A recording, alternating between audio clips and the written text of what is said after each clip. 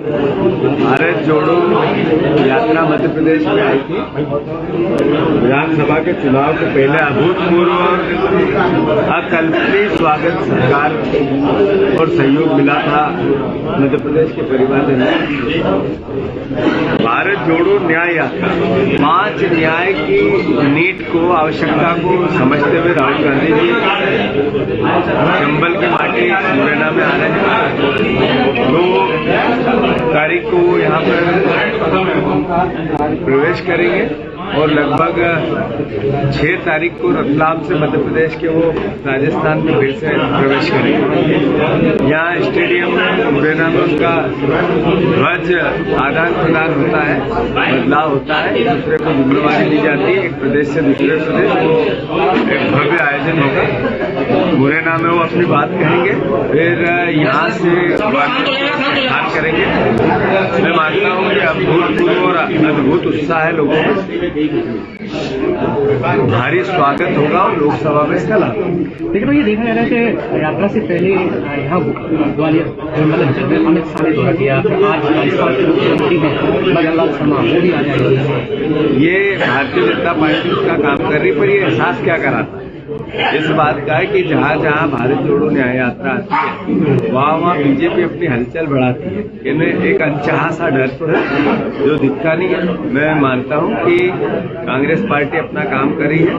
वो वादे याद दिला रही मोदी गारंटियां, जिसमें उन्होंने 2014 में 2 करोड़ रोजगार की बात की थी, या किसानों की इनकम डबल की बात की थी, या महंगाई समाप्त करने की बात की थी, या अलग अलग देश में जो जुमले छोड़े थे, काला धन 15 लाख, या फिर अभी जो चुनाव हुए जिसमें भारतीय जनता पार्टी जीती 2023 में विधानसभा, उसमें उन्होंने कहा था गेहूं के दाम हम 2700 देंगे, धान के दाम 3100 देंगे, 450 का गैस सिलेंडर देंगे, 3000 बहनों को देंगे।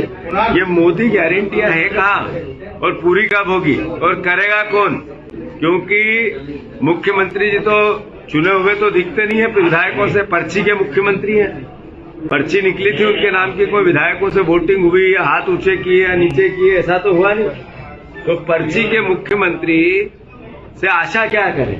कैसे वादा पूरे करेंगे? वो कैसे जो गारंटी मोदी की वो पूरी करेंगे? वो जब से आए हैं उनने 3 C से प्यार कर लिया है। 3 C।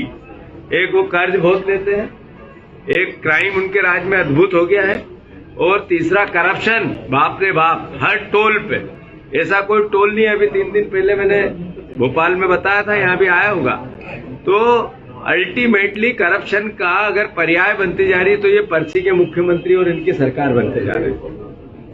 क्या कांग्रेस राहुल गांधी की भारत जोड़ो यात्रा को ही लोकसभा चुनाव फतेह करना चाहिए? नहीं, अलग अलग चुनाव लड़ने और जीतने के लिए एक इशू नहीं होता है, कई तरह के कंपोनेंट होते हैं। उसमें भारत जोड़ो न्याय यात्रा भी एक कंपोनेंट है, जिसमें एक ऐसा व्यक्ति जिन्होंने देश में जो आवश्यक होती है विपक्ष की भूमिका दृढ़ता से, अगर इतनी ताकत से अपनी बात कहते हैं।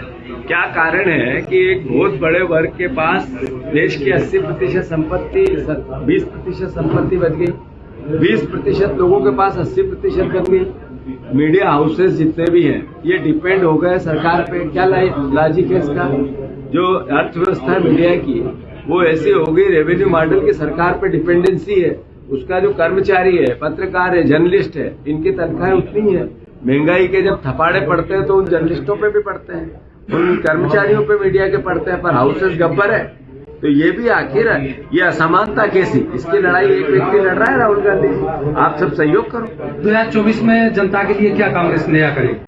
हमने कहा कि जब जब भी देश में अधिकार की बात हो, वो चाहे आजादी से लेकर उन्नति तक की बात हो, भोजन के अधिकार की बात हो, सूचना के अधिकार की बात हो, शिक्षा के अधिकार की बात हो, भूमि अधिग्रहण अधिकार की बात हो, अब हम MSP का अधिकार, समर्थन मूल्य का, मिनिमम सपोर्ट प्राइस का अधिकार किसानों को देंगे, जिसमें स्वामीनाथन आयोग की रिपोर्ट के अनुसार उसकी भावना है।